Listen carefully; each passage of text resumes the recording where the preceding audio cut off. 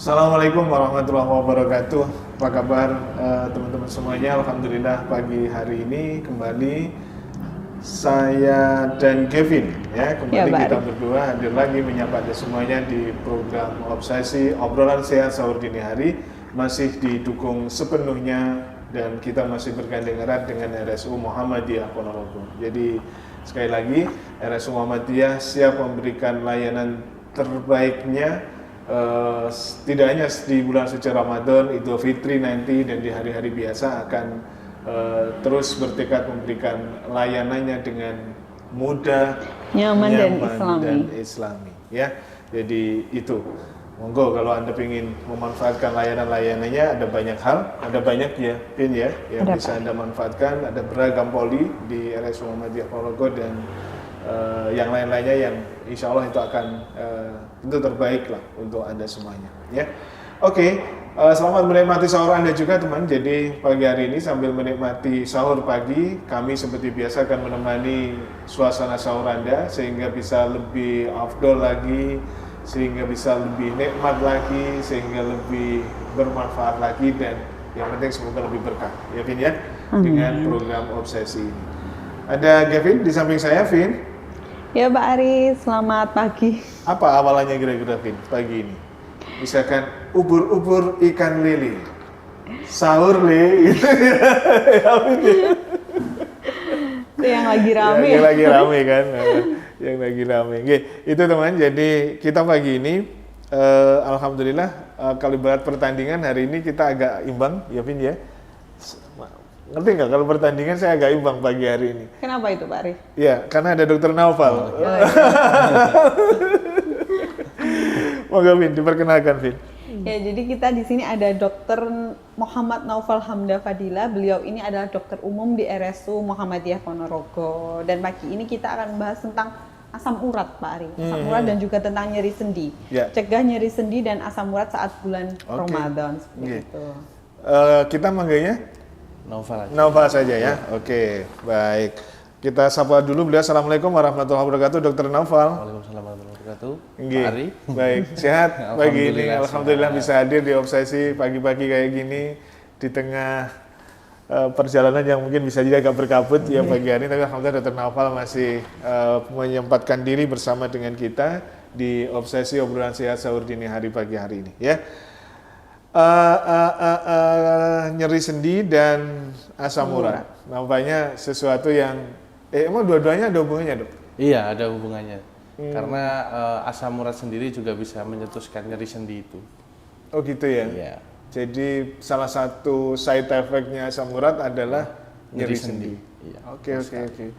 Asam urat apa sih Dok sebenarnya asam urat itu, Dok? Sekarang itu lagi semakin tren sama dengan kolesterol, asam urat, diabetes, nampaknya semakin apa sebenarnya dan seperti apa itu? Asam urat itu sendiri merupakan produk akhir dari sintesis zat purin namanya. Itu zat purin itu biasanya terdapat di daging, lalu bisa juga di makanan-makanan lainnya seperti kayak minuman gula juga bisa, terus sayuran pun kadang juga ada zat purin itu sendiri. Jadi zat purin itu nanti asam urat itu dari zat purin nanti disintetis menjadi hiposantin, nanti turun lagi menjadi santin, lalu turun menjadi asam urat yang itu nanti akan diproses di ginjal. Gitu. Jadi asam urat itu yang menyebabkan nyeri sendi itu karena terlalu banyaknya asam urat sehingga ginjal tidak bisa mensintesisnya dan tidak bisa mengeluarkannya melalui urin.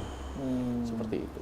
Dok, angkanya memang semakin tinggi atau karena apa ya, seseorang atau kita semua sekarang lebih gampang mendapatkan fasilitas kesehatan sehingga kita tahu lah, oh saya ternyata asam urat seperti itu, atau memang angkanya seperti apa? Kalau dari angkanya sekarang cenderung tinggi karena lebih kita susah untuk menjaga pola makan, terutama apalagi mulai sekarang kan sudah ngetren orang sering makan yang berdaging seperti itu, terus makan seafood terutama kerang ya itu sangat tinggi. Lagi-lagi ya Vin ya. Iya. Kayak hidup lagi ya Vin ya. Iya. Lagi-lagi Pola semua makan semua dari- penyakit itu bersumbernya ke makanan ya, Oh, dari makanan. makanan ya. Iya, dan juga pola hidup seperti Nah. tidak mau gerak seperti itu kan. Sekarang untuk generasi muda kan sangat susah juga untuk untuk berolahraga sekitar mungkin 30 menit sehari untuk jalan kaki aja itu kan susah. Karena saking padatnya kegiatan untuk bekerja seperti itu, pulang capek sehingga tidak menyempatkan diri untuk berolahraga. Dok, saya pengen sebentar Vin ya, ini di awal Iya, ya Vin. Ari. Sebenarnya definisi olahraga itu kayak apa sih Dok? Definisi olahraga yang katakanlah yang 30 menit yang Iya. yang sampean sampaikan tadi. Yang 30 menit itu kan kalau yang bisa dilakukan yaitu jalan kaki, sehingga untuk meningkatkan metabolisme tubuhnya itu sehingga tubuh bisa melakukan atau metabolisme pembakarannya itu menjadi meningkat lebih baik, karena kan pada posisi kita stagnan atau berdiam diri kan kadang metabolisme kita juga kurang untuk melakukan itu, sehingga kita perlu melakukan aktivitas fisik untuk meningkatkan metabolisme itu. Kevin yang mungkin setiap pagi katakanlah nyapu, Ya. kemudian setelah itu lanjut gelut Ya. ngepel, kemudian pekerjaan dapur, itu bisa nggak disebut olahraga Dok? Belum bisa kalau itu. Oh, nah itu Karena- maksud saya itu. Kenapa ini yang belum bisa? Padahal ini kan juga gerak juga sebenarnya. Karena setahu saya, yang saya tahu ya, Iya. karena Nggak apa-apa ini kita diskusi aja. iya, setahu saya itu karena itu tidak tidak Konstan begitu. iya seperti itu. Jadinya kan tidak kayak ritme kayak gitu loh kan, tidak. Oke. Iya. Berarti yang namanya olahraga itu memang ya harus diniati Iya, olahraga iya. dong berarti ya. Iya, betul sekali. Bukan hanya sekedar Aktivitas fisik. saja ya. Iya, Ah. betul sekali. Oke, jadi kan mau jalan ya jalan diniati olahraga itu Iya. baru benar olahraga dan minimalnya adalah 30 menit. Iya. Jalan yang minimal 30 menit tadi dengan kecepatan tertentu atau jalan yang jalan seperti biasa apa sih aja. sebenarnya? Jalan biasa saja. Yang penting sebenarnya itu sekitar 5.000 sampai 10.000 langkah, tetapi dengan 30 menit saja sekarang itu sudah cukup untuk untuk merutinkan olahraga itu. Dok, 30 menit saya dengan 30 menitnya Kevin beda nih jaraknya. Gimana? Iya. Tidak apa-apa karena kan juga kalau mengukur jarak dari seseorang dengan tinggi badan saja sudah beda. Sudah beda. Langkahnya kan sudah beda. Betul. Iya. Betul. Yang penting kan tetap dengan satu langkah, Mbak Kevin juga satu langkah kan sama sebenarnya, bukan jaraknya. Gitu. Oh, jadi ukurannya Gerakannya ya. Iya, gerakannya. ukurannya yang pas adalah yang 30 menit ya. Iya, gitu. Oke. Angka di dunia juga sama Dok ini. Artinya asam urat ini trennya juga di dunia juga sama seperti juga di Indonesia, Iya. atau ini hanya mungkin di daerah tropis dan sebagainya. Enggak, juga banyak karena kan apalagi kalau di luar negeri kan untuk tingkat konsumsi daging merahnya kan juga tinggi. Seafood juga, jadinya kemungkinan lebih dominan. Sayur susah di sana. Iya. Ya. Karena itu mungkin dari segi tingkat ekonominya yang berbeda sehingga sana kan untuk konsumsinya kan otomatis berbeda dengan sini. Ini saya jadi teringat juga kemarin itu Vin, asam urat itu tidak ada hubungannya dengan organ tubuh kita ya Dok. Maksud saya gini, ya biar gampangnya kemarin saya contohkan yang Diabetes. diabetes itu kan karena pankreas kita bermasalah Iya, nih. Nah, iya. kalau asam urat nggak ada hubungannya sebenarnya. Kalau belum ada kelainan organ itu nggak ada, tapi Iya. kalau organ yang terkait ginjal, kalau ginjal terganggu otomatis tingkat untuk sekresi asam urat dikeluarkannya otomatis akan terganggu. Itu maksudnya kan kalau ginjal itu kan sebagai akibat kan itu ya, sebagai akibat. Bisa akibat karena asam uratnya, bisa juga karena kan penyakit lain juga bisa. Oh, oke. Kalau mungkin di ginjal sendiri mungkin terbentuknya kristal asam urat itu yang menjadi batu ginjal. Tuh. Oke.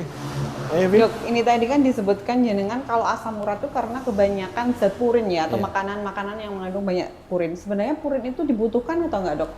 Nah, iya. Oleh tubuh Sebenarnya tetap dibutuhkan oleh tubuh, tetapi gitu ya. itu yang terlalu berlebihan. Karena kan kita zat purin itu kadang kita nggak tahu karena itu kan sesuatu yang asing, mungkin jenengan juga Iya. jarang mendengar zat purin itu seperti apa. Iya, gitu. nggak kelihatan ya. Iya. Jadi seperti itu, tubuhnya hanya butuh sedikit tetapi kita konsumsinya terlalu banyak. Tapi bener apa enggak dok? Kalau biasanya orang-orang itu kalau asam urat nih, aku nggak mau emping, melinjo, kayak gitu kacang-kacangan, itu benar atau enggak? Kalau untuk emping itu benar, karena zat purinnya dalam emping itu tinggi. Tapi kalau untuk kacang-kacangan, apalagi seperti kacang almond, terus kacang mete itu aman. Oh, kacang mete aman dong? Aman, iya. Zat purinnya Soalnya kadang-kadang ada ya orang Iya, yang asam kadang urat memang menghindari kebanyakan kacang mete sudah gitu. dipukul rata lah pokoknya sejenis kacang-kacangan no gitu. Iya. Tak ulang lagi deh nih mau lebaran nih, Vin. Iya. Kacang mete aman ya dok ya? aman, iya. Kalau nggak kebanyakan loh Pak Iya. Ari ya. Iya. Sesuai batas wajar Iya, konsumsi. tapi kan aman dulu nih, Vin. Iya. Itu aman dulu ya. Oke. Kacang metenya gimana nih? Pengolahannya digoreng apa dipanggang? Oven kayak gitu kan beda juga. Oh, beda juga ya? Iya. Tapi kalau dari aslinya mete itu sendiri rendah zat purinnya. Kalau gejalanya gimana nih dok asam urat selain Kalau tadi nyeri gejalanya sendi ya? juga itu salah satunya nyeri sendi. Terus kadang kalau sudah terjadi penumpukan kristal itu biasanya di sendinya itu bengkak. Lalu kemerahan gitu, terus kayak seperti ngerasa panas gitu di kaki. Kadang ada yang susah sampai susah jalan. Jalan, iya. Iya, Nah, itu ini bener nih, makanya Iya. bener. Itu karena Ada yang sampai apa namanya itu mau jalan itu Iya. Ya, harus baik loh. merambat gitu. Ah. Ya, itu karena penumpukan kristalnya yang di sendinya itu yang bikin sakit. Bukan di otot-ototnya ya dok ya? Bukan, jadinya di sendinya. Itu bisa dok, maksudnya penumpukan kristal di sendinya itu bisa maksudnya hancur apa hilang gitu ya kata-katanya? Bisa dengan yaitu tadi mengurangi konsumsi zat purin lalu beraktivitas berolahraga itu bisa hilang. Jadinya tidak selalu menetap gitu enggak. Bisa dikurangi. Tapi kalau udah sakit nih dok, olahraganya gimana dok? Mau jalan iya. aja susah Iya, ya? benar, Vin. Untuk yang Jalan aja pertama susah. itu kan kita perlu mengkonsumsi obat dulu untuk mengurangi itu. Ketika sudah bisa melakukan seperti jalan kaki tadi. Gitu ya, treatmentnya gitu ya dok ya? Iya, karena kalau ya kita juga buat jalan aja sakit, masih Iya. mau buat aktivitas kan juga gitu. Jadinya kita harus normalin dulu, lalu perubahan pola hidup, lalu aktivitas fisik, olahraga, terus bersepeda, seperti itu bisa. Mantap, bersepeda. Ya semoga lah ya. Jalan, bersepeda. Iya, Nah, gitu. Nih, Dri, dua hal yang alhamdulillah agak dekat dengan saya ini. Tapi masih tetap aja seperti ini ya. Oke. Dok, nanti kita lanjut lagi dok ya. Perbincangan kita di program Moses ini dan semakin menarik kalau kita bicara asam urat karena nampaknya ini sesuatu yang Dekat ya Pak Ari? dekat dengan kita. sekali ya, dekat sekali. Nanti setelah ini saya mau tanya siapa yang kemungkinan besar terserang asam urat. Misalnya lagi banyak banget nih soalnya dan tidak ada, mohon maaf sekarang kayaknya usia itu agak Iya. sedikit muda. Nanti kita tanyakan ya. Tapi sebelumnya kita akan break dulu. Kita akan jeda iklan terlebih dahulu. Nanti selepas ini kita masih akan bersama dengan Dr. Naufal dari RSU Muhammadiyah Ponorogo. Kita akan balik lagi selepas beberapa iklan berikut.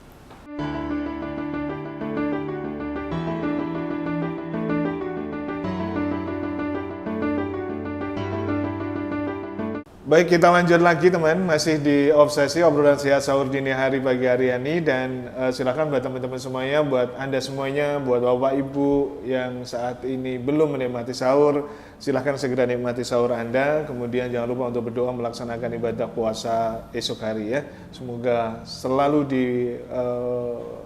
diiringi dengan keberkahan pagi hari ini sahur Anda sehingga Anda bisa nikmat betul menikmati sahur tentu. Bersama dengan program kita di Obsesi ini ya, masih dengan Dr. Naufal. Dok, tadi yang saya tersimpan daripada nanti kelupaan saya. Oke, ini nyerang siapa saja sih dok sebenarnya? Iya. Kalau untuk faktor resikonya sendiri lebih cepat ke laki-laki ya. Waduh, kena Iya, Pak Ari. Iya, kena. Kenapa Untuk ya? Betul ya, laki-laki betul. mungkin mulai usia 30 tahun ke Oh, atas. 30 tahun. Iya.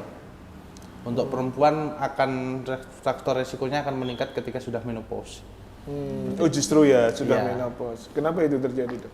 Karena kalau untuk menopause untuk wanita itu kan setelah menopause itu banyak sekali terjadi perubahan hormonal seperti itu, sehingga mengganggu sintesis dari itu tadi zat purin itu tadi. Kalau laki-laki ya yang pertama itu dari pola hidupnya. Kalau laki-laki kan memang untuk segi konsumsinya kan juga lebih agak susah ya. Ya, untuk tapi kalau gerakannya kan banyak tuh dok sebenarnya dok. Artinya lebih laki-laki lebih ya, lebih dinamis lah begitu. Mungkin kalau untuk generasi panjenengan mungkin sangat tinggi, tapi kalau untuk usia 30 sekarang mungkin sudah jarang sekali untuk mulai beraktivitas karena ya untuk usia 30 sendiri udah dari beban pekerjaan dari pagi lalu pulang harus bersama keluarga, berkumpul seperti itu sehingga kurang menyempatkan diri untuk beraktivitas. Jadi bisa anak muda bisa ya kalau Bisa. asam urat ini Iya, ada ya? bisa. Di bawah 30 pun sebenarnya bisa. Oke. Ayo Vin, kita kembali ke laptop lagi. Kita kalau mau periksa asam urat nih dok, berapa sih dok sebenarnya ambang batasnya itu yang normalnya berapa? Kalau normalnya sendiri untuk wanita itu 6 mg per desiliter. Oh ada ya Iya, perbedaannya? ada. Kalau untuk laki-laki 7 mg per desiliter. Seperti itu. Jadi di bawah 7 masih dianggap Masih normal? normal, iya. Oke. Nanti untuk bagi seseorang yang belum pernah terkena mungkin asam urat itu disarankan untuk melakukan cek lab sekitar 3 sampai 6 bulan sekali untuk cek asam urat. Seperti itu. Gitu ya? Iya. Jadi untuk usia laki-laki sudah 30 ya mungkin disempatkanlah mungkin 6 bulan sekali. Apalagi sekarang pemerintah juga kalau waktu ulang tahun juga gratis untuk pemeriksaannya lah itu dimanfaatkan sekali. Pagi ini diiringi nih, pagi kita diiringi dengan menggelegar tapi semoga nggak apa-apa lah ya, tetap dinikmati aja. Oh gitu ya. Iya. Dok, ya? Angka itu ada nggak perbedaan usia kata masih muda gitu mungkin? Enggak, Nggak ya? kalau Yes, sama. flatnya ya 6 dan 7. 7. Perempuan 6, 7 itu tadi. Ya. Iya. Oke. Itu bisa jadi tanpa gejala. Maksudnya gini, di atas 7 mesti dengan gejala dok? Tidak. Tidak pasti. Oh gitu Ya, ya. makanya kalau dari saya gitu sendiri ya? kalau 7 baru 7,1 seperti itu mungkin belum perlu Nggak untuk terapi kerasa ya? obat kan karena belum ada gejala awalnya, belum ada yang mengganggu aktivitas. Sehingga ketika seperti itu masih naik sedikit mungkin dengan pola makan dan juga dengan ditambahkan dengan aktivitas itu mungkin bisa turun sendiri tanpa pemberian obat seperti itu. Berarti gejalanya itu selain nyeri sendi apa dok kira-kira? Ada nggak? Lebih ke bengkak dan juga Bengkak, ya? rasa kemerahan juga di sendi, lalu Bengkak di apa ini di kaki? di jari-jari kakinya. Oh serangannya memang di kaki. Kebanyakan ya? di kaki, karena nanti penumpukan kristal asam uratnya kebanyakan di jari kakinya. Oh gitu. Ya. Dok, ngomong ingat ini Vin. Iya. Mohon maaf ini. Karena benar di kaki nih. Ya. Nah, misalkan kita habis sholat kakinya dinaikin gitu ngatasi masalah nggak ini? Enggak. Enggak. sorry. Ngomong ingat aja Vin. Iya. Enggak ya, ini nggak ada Enggak, hubungannya sama enggak ada sekali ya hubungannya. itu ya. Oke. Jadi kalau asam urat sendiri itu kan nyeri sendi kan kalau di kaki banyak. Seperti OA bisa, OA genu yang di lutut sama artritis gitu. Bedanya itu kalau asam urat itu tidak tidak parah waktu pagi hari biasanya. Yang membedakan itu. Kalau gejala nyeri sendi yang lain itu kebanyakan sakit. Kalau pagi hari itu kan dingin, nah itu menambah sakit. Kalau untuk asam urat ini dia akan konstan sakitnya. Oh gitu ya. Kalau misalkan yang lain itu kalau Iya. pagi sudah kerasa Iya, nih. biasanya pagi itu kerasa, nanti tunggu sejam, habis itu nanti sudah membaik lagi. Kalau asam urat itu enggak. Enggak. Kalau asam urat dia akan stagnan sakitnya akan seperti itu. Dok, nyeri sendi itu kalau misalkan tahapan, mohon maaf ini ya. Ya. Kalau misalkan tahapan itu tahapan sebelum ke ginjal atau seperti apa? Atau bisa jadi Nyeri sendi dua-duanya dulu, baru nyeri ke sendi dulu ginjal. ya. Iya. Oh. Karena kan itu salah satu tanda bahwa sekresinya mengeluarkan asam uratnya itu tidak maksimal tuh kebanyakan langsung di sendi-sendi kaki dulu. Nyerinya kayak apa sih dok? Sebenarnya khasnya itu seperti apa? Apakah kalau yang sudah tidak bisa jalan itu sudah stadiumnya sudah lumayan ya ini berarti Ya. ya? Kalau nyerinya itu nyeri yang kerual gitu. Sengkring langsung sakit tajam gitu. Terus-terusan dok itu? Iya, terus-terusan. Itu tanpa- gerak sedikit saja itu sakit sekali. Oh gitu. Iya. Bukan kalau menginjak sakit itu bukan? Bukan. Oh gitu ya. Iya. Jadi memang sakit begitu. Iya, sakit. Oh, alhamdulillah semoga aman lah ya. Oke. Enggak, belum ngerasain gini, semoga nggak ngerasain, doain. Aku ini juga lagi sakit ya, ini pergelangan, jadi aku jadi mikir. Gitu ya. Ini asam urat apa bukan? Tapi kemarin sempet cek asam urat itu normal. Gitu. Gitu ya. Iya. Terus perjalanannya gimana sih dok sebenarnya dari asam urat tadi sampai kok serangannya, padahal ini kan dua hal yang berbeda misalnya komplikasinya, atau kalau ini pertanyaan yang nomor 4 adalah faktor resiko. Nah maksud saya bagaimana nih perjalanannya, mekanismenya hingga sampai di persendian kaki, terus kemudian kok bisa sampai ginjal, ini seperti apa sebenarnya? Karena kan itu nanti kan penumpukannya itu Urin tadi? Iya, urin tadi kan keluarnya asam urat kan dari urin itu. Jadinya makanya ada komplikasinya itu ke batu ginjal itu karena itu. Pembentukannya kan karena dari asam urat itu batunya. Jadinya menumpuk di ginjal seperti itu.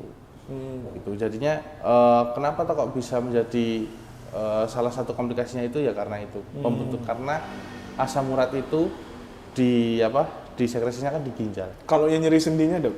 Yang nyeri sendi karena karena memang tempat berkumpulnya lah. Gitu. Iya, gambarannya tempat berkumpul, endapannya lah. Gitu iya, endapannya itu di sendi. Di sendi itu. Iya.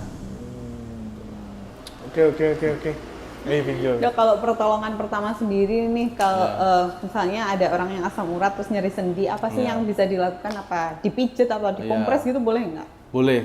Kalau untuk asam urat, kalau tidak ada mungkin, kalau kondisi normal ya tidak ada mungkin di jari kaki itu tidak pernah patah dan sebagainya, itu nggak apa-apa untuk dipijit, terus nanti dikompres, gitu nggak apa-apa karena untuk melancarkan peredaran darahnya juga. Kan kalau bengkak itu kan berarti ada vasodilatasi, yaitu pembesaran dari pembuluh darah itu, dikompres dingin biar agak kempes seperti itu bisa. Lalu kalau mungkin di rumah ada obat mungkin untuk pereda nyeri seperti paracetamol seperti itu, diminum gitu dulu ya? aja nggak apa-apa, iya. Untuk pereda nyerinya. Nanti setelah itu mungkin perlu cek lab untuk terapinya seperti apa. Ada beberapa orang yang lama dok. Mohon maaf, tadi sempat kita diskusikan di awal tadi, ada teman itu yang nggak hilang-hilang katanya, dia susah banget. Tergantung karena Gimana apa yang terjadi dengan ini? bisa juga karena faktor genetik juga bisa. Oh. Iya.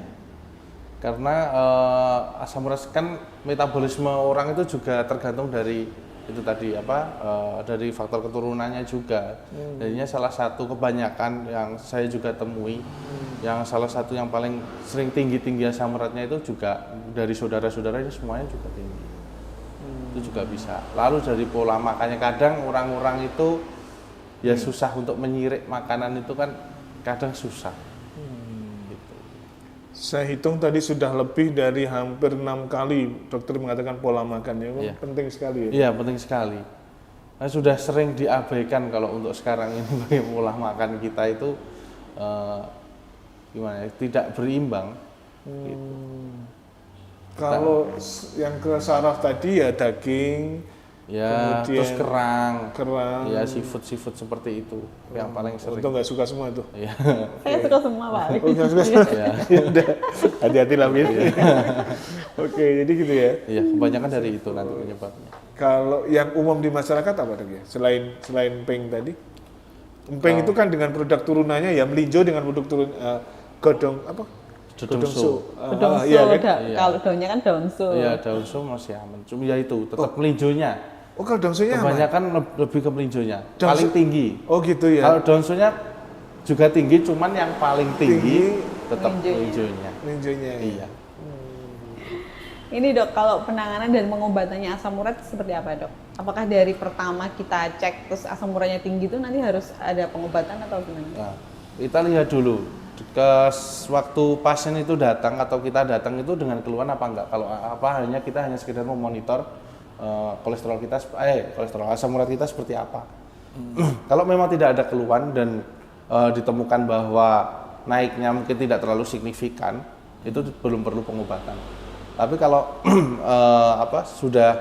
sudah ada keluhan terus asam uratnya tinggi, lah itu perlu tindakan lebih lanjut. Nanti kita lakukan pemberian obat, monitoring, bagaimana obat itu setelah beberapa hari diminum, apakah ada perubahan. Karena kan kadang pasien cuman, udah aku minum obat aja tapi makanku terserah, kadang seperti itu. Nah itu makanya kita perlu monitoring. Itu menyelesaikan masalah nggak ya dok ya? Gimana untuk Iya, minum? ya sudahlah, kita makan Ya. obat aja yang penting makan Enggak, lawas lah. tidak menyelesaikan masalah seperti Tidak itu. menyelesaikan masalah. Karena kan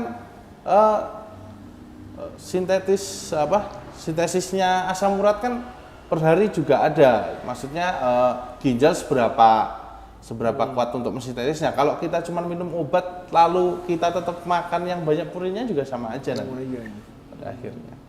Kalau tadi dikatakan dok, kalau misalkan di awal-awal lah katanya tidak perlu obat, terus nggak diapain dok itu? Terapinya kayak apa? Terapinya lebih diminta. kayak gitu, iya. Aktivitas sama makannya. Bisa itu. Bisa menurunkan. Ya. Jadinya tidak melulu harus menggunakan obat. Oke. Dok, misalnya ya kan orang yang sudah pernah nih asam uratnya tinggi, terus dia karena dietnya bagus, pola hidupnya bagus, kan asam uratnya turun. Iya. Dia bakal beresiko lagi untuk terkena asam urat lagi? Sewaktu-waktu Iya, gitu. Bisa. Masih. Kalau dengan pola Iya, hidupnya iya, pola berubah, hidupnya nanti bisa. berubah. Karena tergantung itu tadi, tetap dari pola makannya. Oke. Dok, kapan nih sebaiknya kita periksa ke fasilitas kesehatan ketika merasakan gejala-gejala asam urat nih? Kalau sudah merasa mungkin Mengganggu gitu? iya mengganggu ya. Tapi kalau lebih baik kita rutin aja sekitar 3-6 bulan itu tadi. Cek Jadi aja. jangan tunggu. Jangan tunggu terkena ganggu ya? dulu, iya. Oh gitu ya dok ya? Iya, soalnya susah nanti untuk aktivitasnya sendiri susah. Wah. Iya, kasihan nanti. Itu ya dok ya berarti ya? Iya. Oke, tidak usah nunggu dulu, yang penting kontrol. Iya. Saya itu agak takut kontrol sih, Vin. Abis ini bisa langsung Oh, ke iya. RSUD Muhammadiyah Ponorogo. Iya bisa ya. Ya, masih ada nggak, Vin? Atau kita tahan dulu aja ya, Vin ya? Iya. Besok kita lanjutkan lagi, ya, karena waktu juga. Insya Allah besok masih bisa hadir lagi ya dok ya, bersama menemani sahur kita di program Obsesi ini, obrolan sehat sahur dini hari, didukung sepenuhnya oleh RSU Muhammadiyah Ponorogo ya. Jadi sekali lagi, segera nikmati sahur Anda bersama dengan keluarga. Sebenarnya sih Obsesi tetap enak saja dinikmati sambil menikmati sahur ya. Jadi jangan khawatir, dua-duanya akan bisa Anda jalankan. Jangan lupa untuk berdoa melaksanakan puasa esok hari. Kita insya Allah besok masih akan membahas terkait dengan asam urat. Mungkin akan lebih kita fokuskan dengan puasa ya Vin ya. Jadi Aktivitas seperti saat apa bulan sih Ramadan ya. puasa kira-kira berdampak terkait dengan kemungkinan asam urat. Nah seperti itu. Masih dengan Dr. Naufal. Terima kasih untuk pagi hari ini sudah bersama di program Obsesi. Sehari, Gavin. Hai, Oke, Gavin. dan dokter, insya Allah kita besok ketemu lagi dan assalamualaikum warahmatullahi wabarakatuh. Waalaikumsalam.